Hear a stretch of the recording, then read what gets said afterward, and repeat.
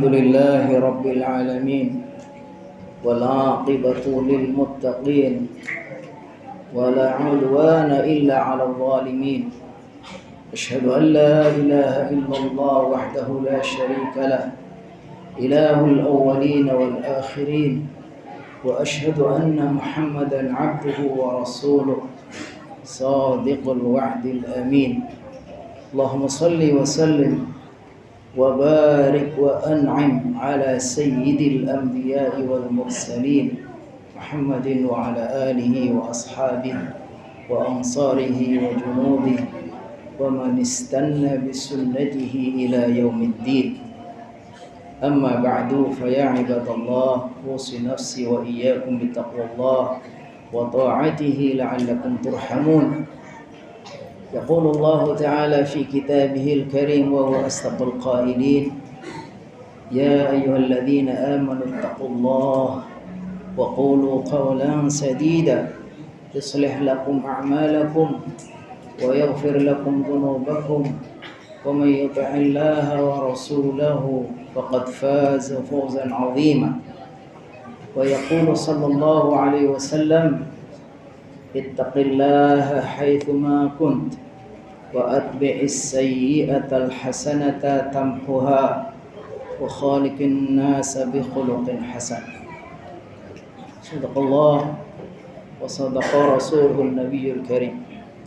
Hadratul Mukarramin, jamaah salat Jumat yang dimuliakan Allah. Mari sama-sama kita memanjatkan pujian dan syukur kehadiratnya yang karena limpahan rahmat, taufik dan hidayahnya kembali kepada kita semua. Kembali pada siang yang penuh berkah ini, kita semua Allah mudahkan untuk bersama-sama menunaikan ibadah Jumat. Marilah kita bermohon kepadanya, kiranya niat kita, langkah kita, hadir kita di dalam taqarrub ini, ibadah Jumat ini, Allah SWT berkenan menerimanya, mencatatnya sebagai amal soleh kita, sebagai ketaatan kita yang Allah balas dengan pahala yang berlipat ganda, dan Allah catat di dalam lembaran-lembaran amal soleh kita. Kaum muslimin jamaah salat Jumat yang dimuliakan Allah, di antara bentuk rahmat Allah kepada kita para hambanya, Allah berikan kepada kita waktu-waktu istimewa, momen-momen yang penuh dengan keutamaan dan keberkahan. Karena kita semua para hamba hidup di dunia ini dalam rangka untuk beramal, mencari bekal untuk menghadap Allah Subhanahu wa taala. Karenanya Allah Subhanahu wa taala berikan kepada kita waktu-waktu istimewa, yang apabila waktu istimewa itu kita lakukan di dalamnya ketaatan, kita lakukan ibadah-ibadah, Allah Subhanahu wa taala akan membalasnya dengan pahala yang berlipat ganda. Oleh karena itu, sungguh beruntunglah kita para hamba yang tahu kapan waktu-waktu istimewa itu terjadi. Lalu kita berusaha untuk mengisinya dengan berbagai macam amal saleh dan ibadah. Dan betapa ruginya kita bila sudah tahu bahwa Allah berikan waktu-waktu istimewa itu, lalu kita tidak menggunakannya untuk melakukan amal saleh. Waktu-waktu istimewa itu bisa juga dalam bentuk harian, hari-hari tertentu, seperti hari Senin Kamis, hari Jumat Sayyidul Ayyam, ada Ayyamul Bid, hari-hari putih, tanggal 13, 14, 15. Ada juga yang berupa waktu di malam hari, malam-malam tertentu seperti malam Lailatul Qadar, malam 10 hari terakhir bulan Ramadan. Dan juga waktu-waktu itu ada yang berupa bulanan, bulan-bulan tertentu. Seperti Allah Subhanahu wa taala jadikan bulan-bulan itu ada 4 bulan yang istimewa, disebut dengan bulan-bulan haram.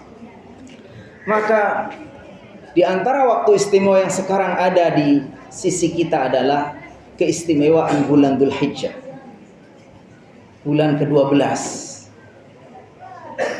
Kenapa para ulama menyebutkan yang membuat bulan Dzulhijjah ini menjadi bulan yang sangat istimewa, bulan Dzulhijjah sebagai bulan yang istimewa, beberapa alasan disebutkan oleh para ulama. Alasan yang pertama, karena bulan Dzulhijjah ini adalah bulan terakhir. Dalam Islam, sesuatu yang sangat menentukan nilai atau hasil konklusi dari sesuatu itu adalah akhirnya. Makanya Rasulullah SAW dalam hadis mengatakan, innamal umuru bil khawatim. Urusan-urusan itu yang menentukan itu ujungnya. Termasuk dalam hadis lain, innamal a'malu bil khawatim. Amalan-amalan itu yang paling penting itu ujungnya, bukan depannya, bukan tengahnya. Sungguh sangat disayangkan kalau depannya bagus, tengahnya bagus, kalau endingnya tidak bagus, sia-sia. Memang sempurnanya tiga-tiganya bagus. Jadi antara yang membuat bulan Dzulhijjah ini istimewa karena dia bulan terakhir. Muharram, Safar, nanti terakhir ada bulan Dzulhijjah. Kemudian para ulama juga menyebutkan di antara yang membuat istimewa bulan Dzulhijjah karena bulan Dzulhijjah ini termasuk bulan-bulan haram. Dari 4 bulan haram, ini bulan Dzulhijjah termasuk di dalamnya. Allah Subhanahu wa taala berfirman, "Inna iddatasy syuhuri 'indallahi 12 syahran fi kitabillah yauma khalaqas samawati wal ard minha arba'atun hurum." Sungguhnya bilangan bulan dalam setahun itu ada 12. Dan dari 12 itu ada 4 bulan haram. Dari 4 bulan itu, para ulama menyebutkan apa itu bulan-bulan haram. Pertama Rajab yang terpisah. Kemudian yang kedua Dzulqa'dah, Dzulhijjah, kemudian yang ketiga Muharram. Jadi yang membuat istimewa bulan ini, bulan Dzulhijjah ini adalah diantaranya karena dia adalah salah satu dari bulan-bulan haram. Ulama juga menyebutkan diantara yang membuat istimewa juga bulan Dzulhijjah ini, sebagaimana yang dinukil dari Al-Hafidz Ibnu Rajab dalam penjelasan beliau, apa? Li'anna fihi ijtama'at ummahatul ibadat. Karena di dalam bulan Dzulhijjah ini terkumpul di dalamnya induk-induk ibadah. Jadi ibadah itu ada kategorinya. Ada yang biasa-biasa, ada yang istimewa, kemudian ada yang induk-induk. Induk itu ya paling penting, biangnya. Maka apa diantaranya yang membuat istimewa bulan Dzulhijjah ini? Karena terkumpul di dalamnya induk-induk ibadah, seperti yang disampaikan oleh Hafidz Ibnu Rajab. Apa diantara induk-induk ibadah? Penjelasan yang lain mengatakan diantaranya di dalam bulan Dzulhijjah ini ada 10 hari pertama yang terbaik. Sebagaimana Rasulullah SAW bersabda, "Ma min ayyamin al-amalu salihu fihinna ahabbu ilallahi min ayyamil ashr." Tidak ada satu amalan apapun yang lebih Allah cintai jika kita amalkan pada amalan itu melebihi amalan yang dilakukan 10 hari pertama bulan Dzulhijjah. Penjelasan dari hadis ini menunjukkan bahwa ada 10 hari yang sangat istimewa, itu 10 hari pertama bulan Dzulhijjah. Yang kalau kita pahami tahun ini termulai dari kemarin hari Rabu, Kamis, hari Jumat, hari ketiga. Masih ada 9, masih ada 7 lagi hari. Di mana setiap amal soleh apapun yang dilakukan pada hari itu Allah lebih cintai daripada amalan-amalan yang lain. Ketika Rasulullah menyampaikan hadis ini, sahabat paham bahwa di antara puncak yang istimewa sekali dalam beramal adalah berjihad. Lalu sahabat bertanya, "Ya Rasulullah, walal jihad fisabilillah?" Wahai baginda, apakah jihad juga tidak bisa mengalahkan amalan 10 hari pertama bulan Dzulhijjah? Kata beliau, "Walal jihad fisabilillah." Jihad pun masih kalah. Illa rajulun kharaja bi nafsihi wa malihi wa lam yarji bidzalika min syai'. Kecuali jihadnya seseorang yang berangkat ke medan jihad dengan semua perlengkapan jihadnya, lalu dia mati di medan jihad dan tidak kembali lagi. Itu baru bisa mengalahkan. Kemudian dalam hadis riwayat dari Jabir bin Abdullah juga Rasulullah mengatakan, khairu ayyamid dunya ayyamul ashr.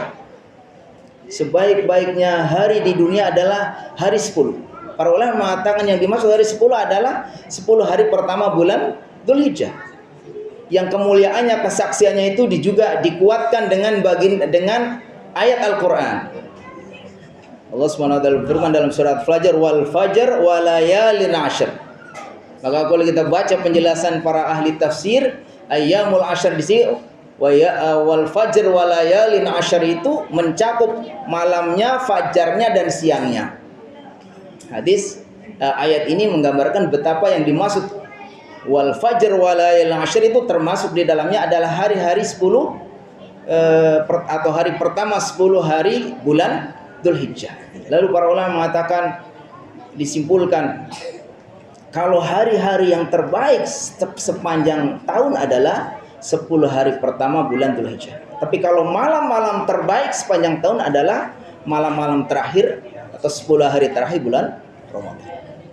Kemudian di antara ummahatul ibadat, bentuk-bentuk induk-induknya ibadah, juga di dalamnya ada Yaum Arafah.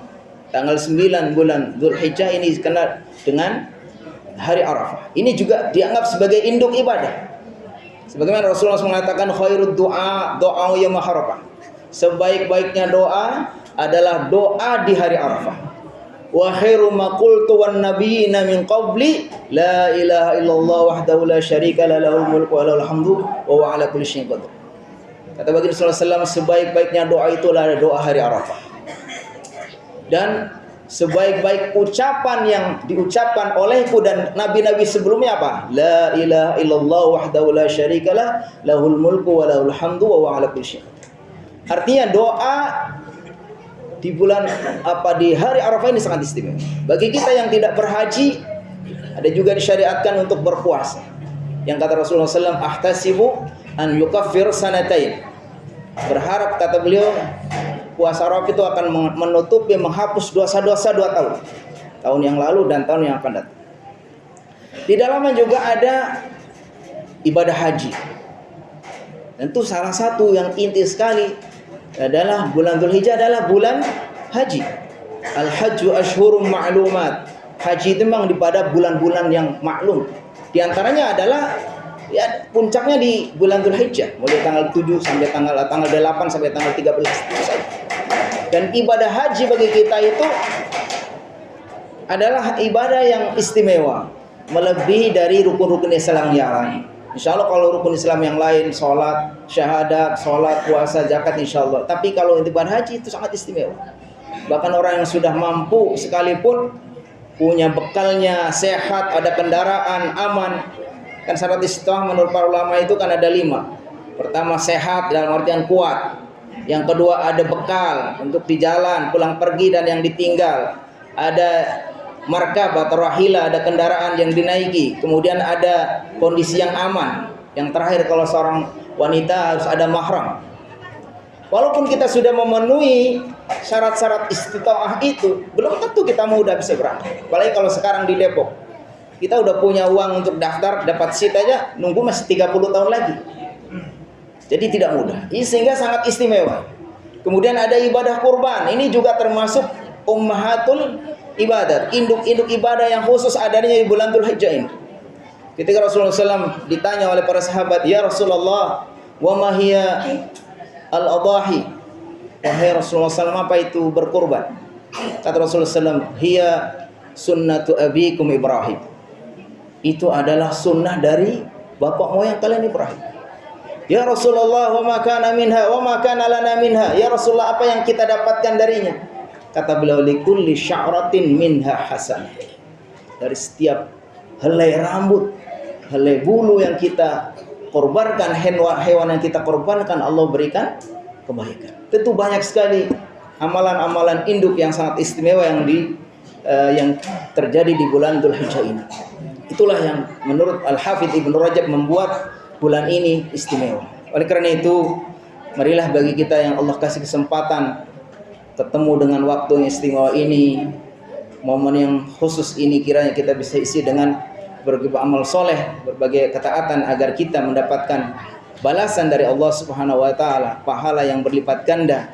Karena sebetulnya waktu-waktu yang Allah berikan kepada kita adalah modal dari Allah Subhanahu wa taala yang apabila kita gunakan untuk mengamalkan amal soleh, Allah Subhanahu wa taala akan melipat gandakan balasannya dan pahalanya. Barakallahu li wa lakum fil Qur'anil azim wa nafa'ani wa iyyakum bima fihi minal ayati wa dzikril hakim, fataqabbal minni wa minkum tilawatah innahu was samiul alim.